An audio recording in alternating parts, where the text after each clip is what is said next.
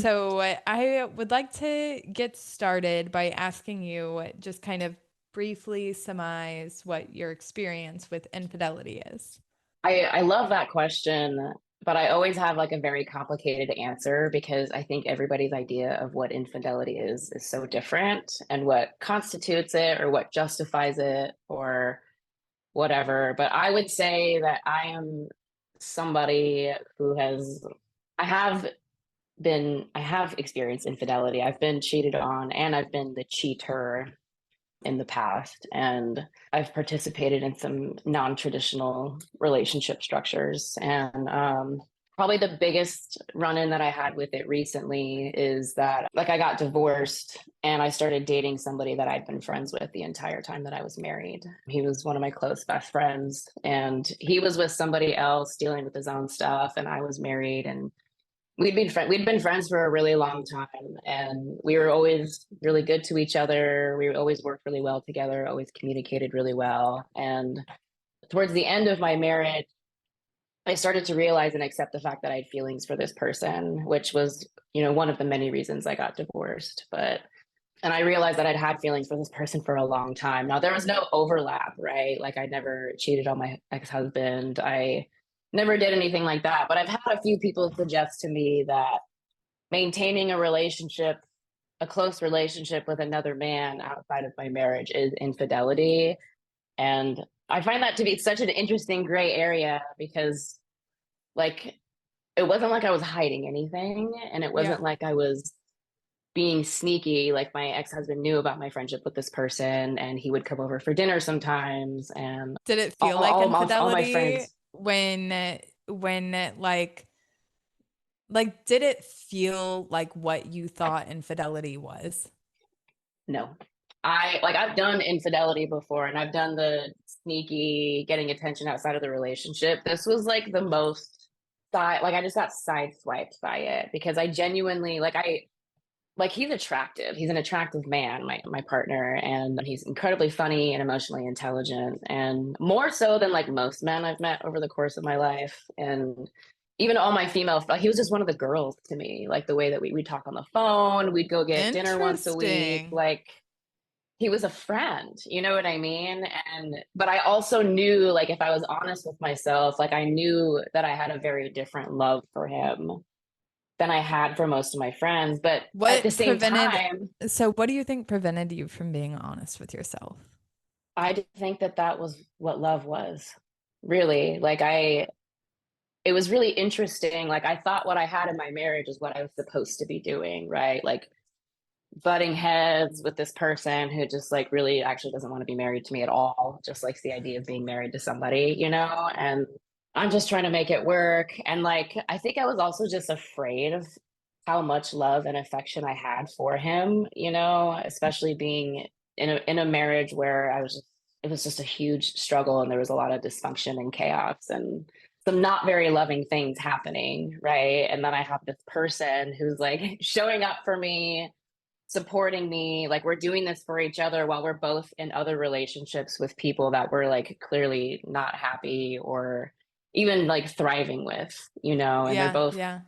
functional situations, and we just took so much solace and comfort in one another in a lot of ways. And it was the most pure thing, is really what I mean to say. It was the most pure, like no weird motivations. Like I just loved this dude and enjoyed spending time with him, and I did not know that love was supposed to be that simple.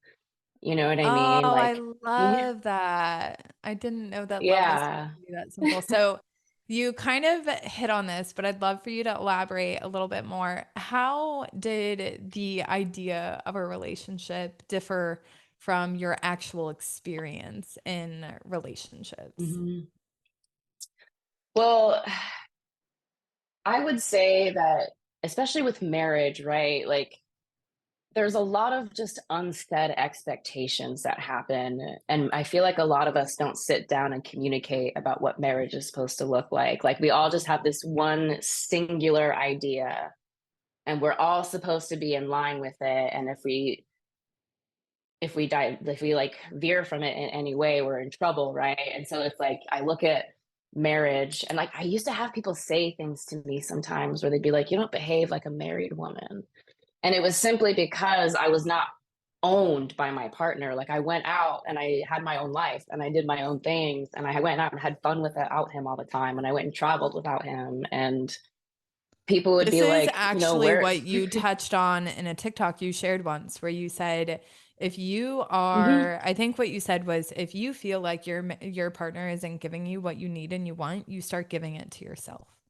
And once you Yep. start doing that, you will start to see that like you actually Yeah. don't require a relationship in order to be happy. And I Hmm. thought what you shared was so profound. So, can you elaborate a little bit on how you basically kind of dated yourself a little bit? Because it sounds like you Yeah, went hardcore. I did. I just got to a point with my marriage where I was really like, I'm just tired of agonizing over how this isn't what I want it to be. I'm tired of waiting for this person to step up and go do the things with me that like I would want a partner to do with me, and I'm just gonna go do it, you know? And so like for example, we would plan hikes sometimes, like I'm an outdoor girl, you know what I mean? And like we would plan hikes and then sometime like the day of he'd be like, well, I'm feeling kind of lazy, I don't really want to go. And for a while I would be like, oh, I guess we're not going. And then it was like, well, I'm going without you. I Mhm. still want to go hiking, you know? And so like I was just done letting him stop me from doing the things that I wanted to do just because he wouldn't do them with me, you Yeah, yeah, know? yeah. And I had like so I was just like, I want to go live my life. And that's kind of how I approach relationships in general is I'm going to do what I'm going to do. I'm going to live my life. And you can either come along and vibe or you don't have to, you I know, but like love that. I'm going to have a good life.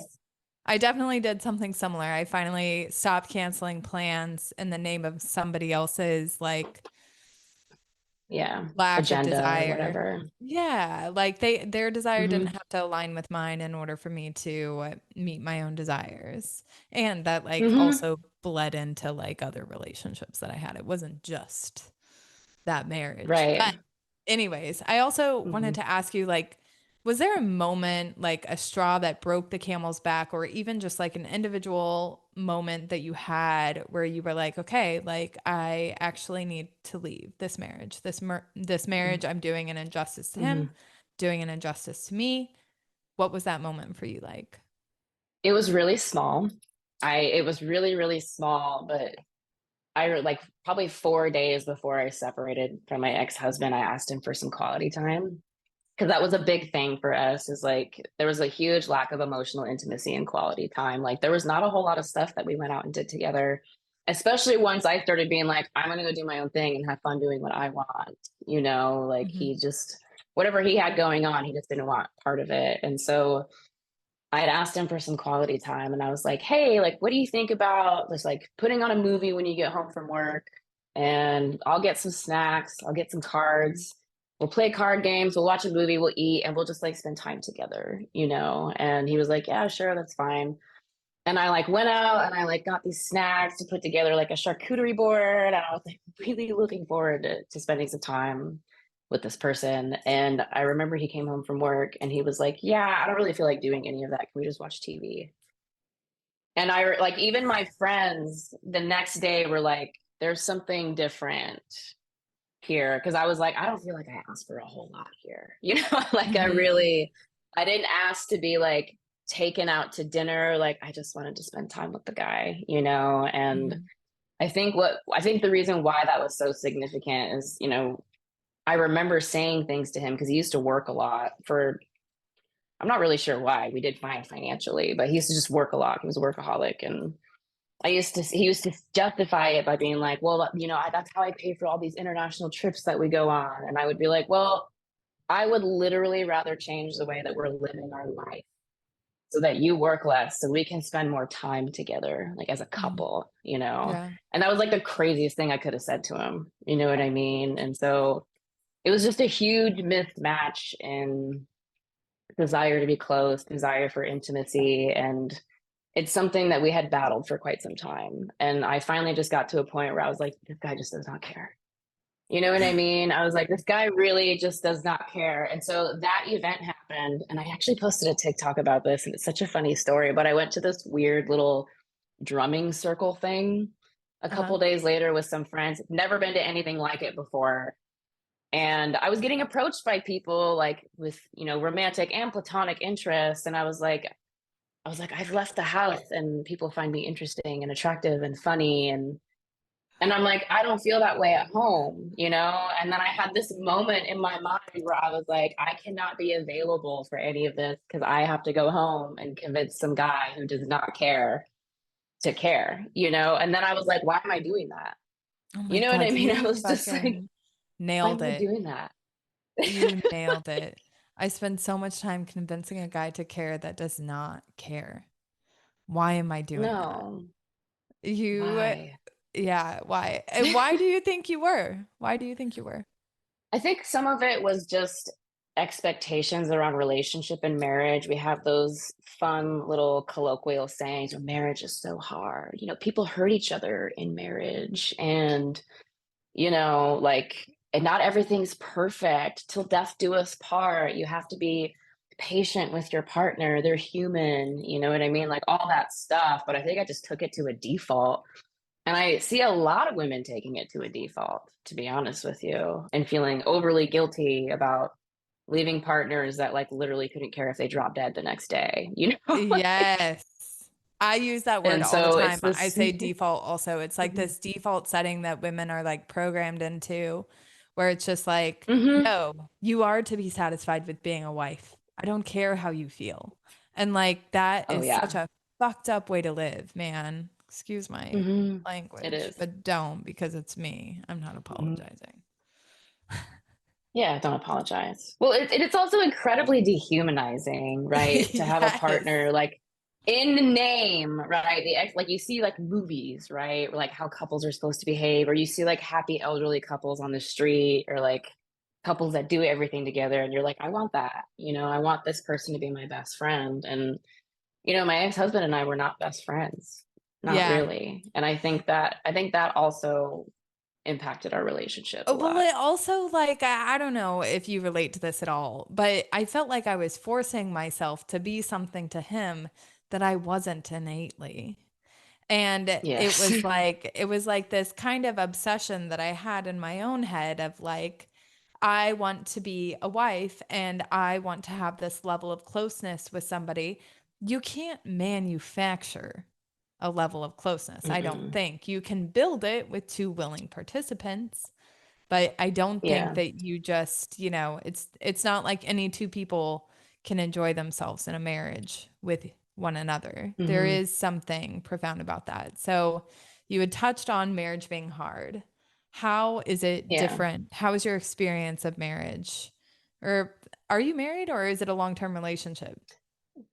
Doesn't really I'm in matter to another me. long-term serious relationship. We wear rings, but we're not legally married because I'm I like like it. not into that right now. I like it.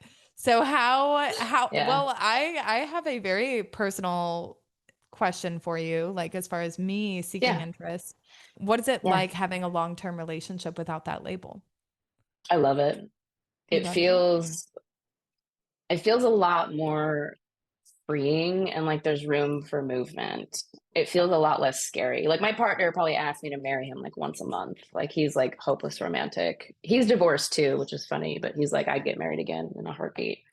No. And I'm like, well, and so it's interesting because there's a difference between like marriage and then like being in a relationship with somebody, right? Like marriage Mhm. is its own Construct. beast that it's like a weird, it's a construct we try to step into. And like I don't know how to explain it. I don't feel married, but I feel like I'm in a committed relationship, and that feels good because I have somebody who genuinely wants to stay with me, and not somebody who just doesn't want to leave me because they don't want to lose half their crap.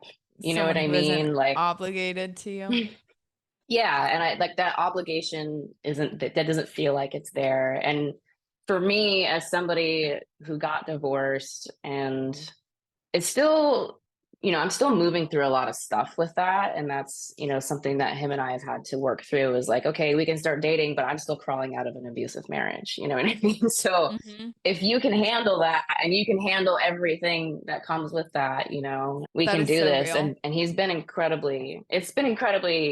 been so patient. Like I have my hyper vigilant guarded stuff and he gives me all the reassurance that I need, right? Which is instead of complaining about it, it's not a chore to him, which feels really nice. But it feels better to me because it sounds crappy to say, but I feel like I have the freedom to leave at any time, right? Like I don't have to go Yes. down to the courthouse. I don't have to go do all this legal stuff. You know what I mean? Like I took significantly less money than I was entitled to in my divorce simply because I wanted it to be over as quick as possible.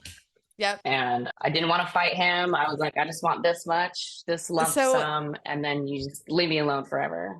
so how do you think you got to a place where that like obligatory feeling isn't there in the relationship? I just can't let it happen again. One thing that I am practicing in my life, not just in my romantic relationship, but platonic, professional, is saying how I feel. You know what I mean? Whether without worrying about the outcome or without worrying about, who's gonna do something about it. It's just saying how I feel Mhm. and just going from there. Whereas like for the most part, like I can tell in my mind sometimes that like I want to say how I feel, but I'm anticipating being invalidated or gaslit or whatever. And so I almost want to come out swinging when I really just want to just say what's on my mind, Yep. and I would rather be like confrontational and difficult in the beginning and find out that this person is not right for me than find out 5 years down the road when I'm so fed up with all the stuff I haven't brought up that it becomes like kind of a nightmare. Like I'm at a point now where I'm like, I will not stay in a relationship where I feel like I have to be there and I won't force anybody to stay in a relationship with me because I think that is the most cruel thing that you can do to another human being is make them feel obligated to stay somewhere, especially when they're not happy. Yep. And that's what I find so interesting about your content in particular is like people seem to get so triggered by the fact that like you were married, you fell in love with somebody else and then went off and had a very happy life. And like those people, I'm like, they don't like the idea of being left, which means they like the idea that marriage guarantees them against being left. And I'm just like, that's so You get it. fascinating to me. Instead of looking at it and being like, wow, like if she was unhappy enough to fall in love with somebody else and go have this new life, like maybe the marriage she was in wasn't that great. But instead, it's like, how could you? Like, how I could you die leave a to the marriage that have marriage, no Chelsea. Die to the die? marriage. That's what that is basically Mhm. what I hear day in and day out. You should die to your marriage. And I'm like, no. That's not, I don't think that was the purpose behind marriage. Like That's a cheap I think that shortcut. it really is. It really fucking is. And Hmm. honestly, it's a way to live your life pretty much like half alive the entire time. Yep. And I really don't Hmm. fucking want to do that anymore. I did that. It was No. exhausting. Well, a lot of like, am I doing this right? You know what I mean? Like, am I behaving like a married person should? Am I like, I remember when I started to have feelings for somebody else while I was married, unhappily married, and I felt so much shame. Hmm. And like, my thing is I'm like, we're all human beings, right? Like, in our evolutionary history, monogamy is pretty like recent, especially like, I mean, it's enforced the way that it is. And like, some people aren't built that way and some people are, you know what I mean? But it's just interesting, this It idea is. that like, it's just fascinating because I don't think about relationships that way at all. Like I actually find it very odd that we seek partners with the intention to be with somebody for the rest of our lives. Like marriage was invented when our like death like our life expectancy was at like 40.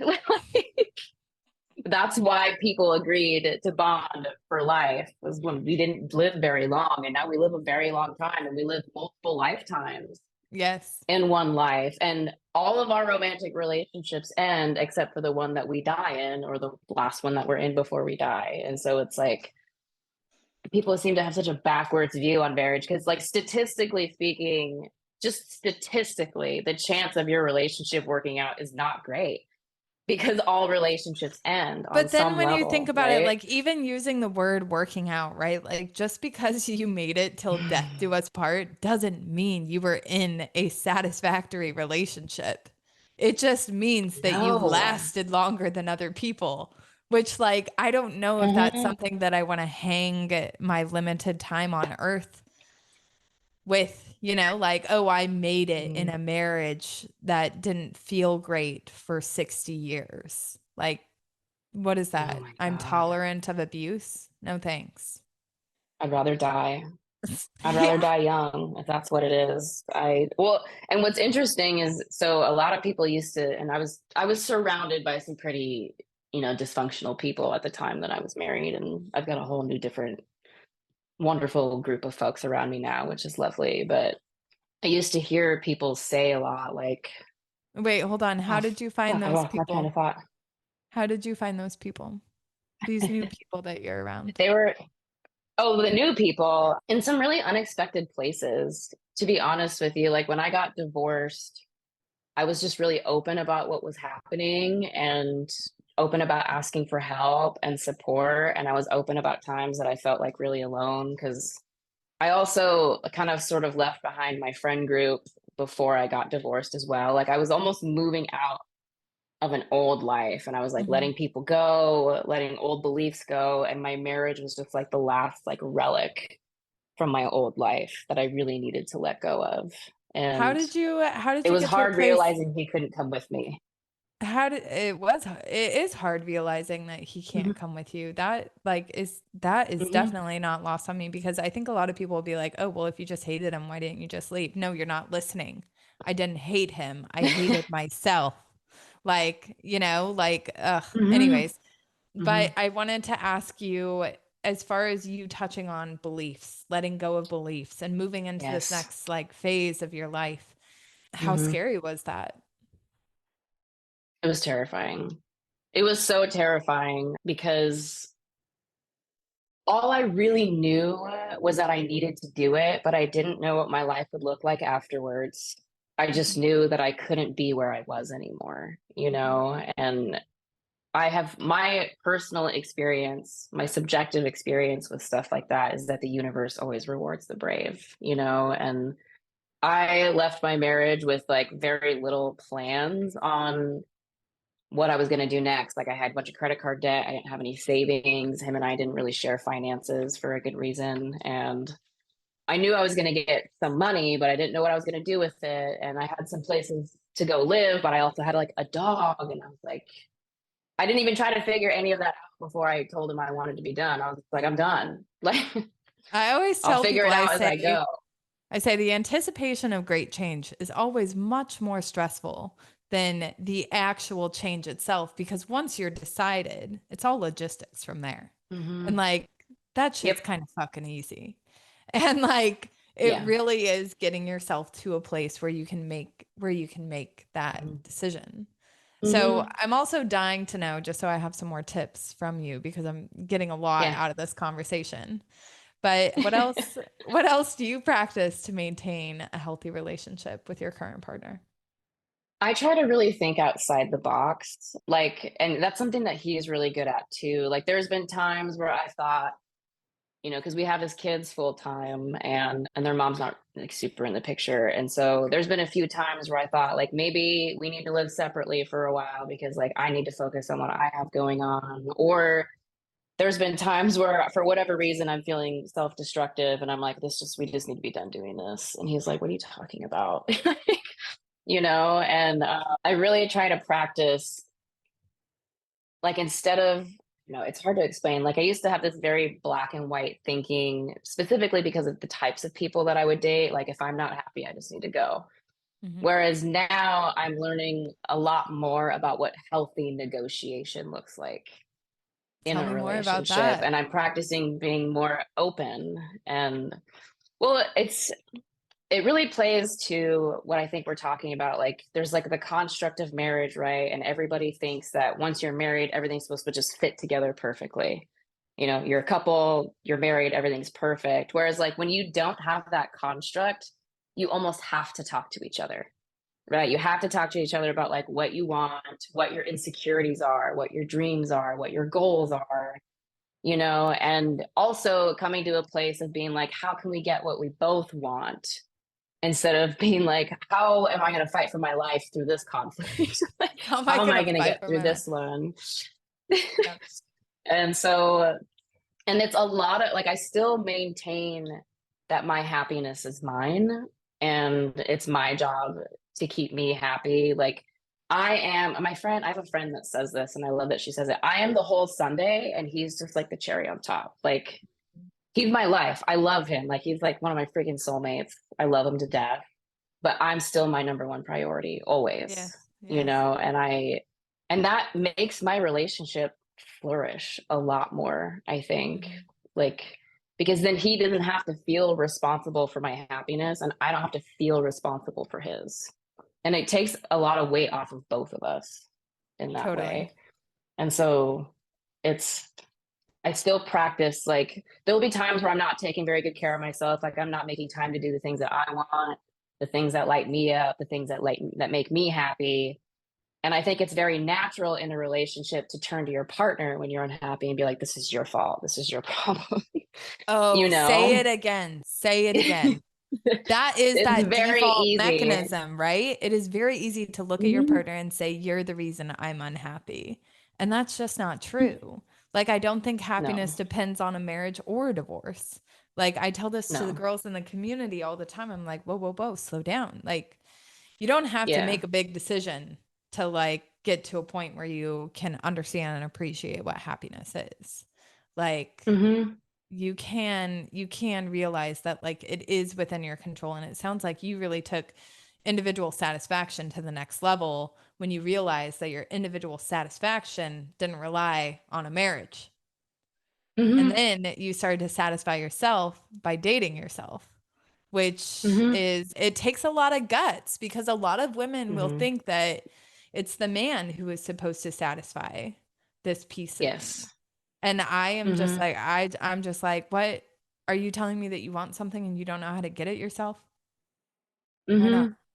You know? Well, a lot of us are really taught that a woman alone is a sad woman, right? A pathetic woman, an unhappy woman, despite the Yes. fact that like I get droves of women in their 40s and 50s on TikTok being like single, investing in myself, happiest I've ever been. Men leave me alone now because they're not after my youth and vitality anymore. And I'm like, those women know what's up.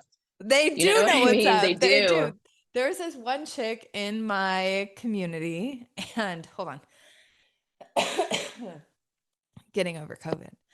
There's this one chick in my community, and she had an affair with her brother-in-law, and her and I were Hmm. chatting it up, and she left both the affair and the marriage in pursuit of herself, and she started to do some like nervous regulation healing, and I've been like taking Hmm. pointers from her, because Yeah. I've got opportunities for growth.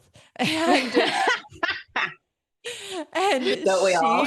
yeah, and it was interesting because she was like, when I first found you on TikTok, I was like, that what I definitely wanted was a long-term relationship with the man that I had the affair with. She's like, I'm a year out now, and I now see so clearly that that relationship would have been absolutely devastating to my own self-satisfaction.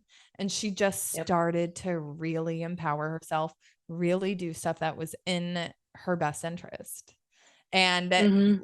left all expectations to the fucking side. Because honestly, I think that if we're gunning for an outcome or we have our expectations in a place that aren't aligned with reality, like we're just Hmm. sitting in misery the entire time. Yeah.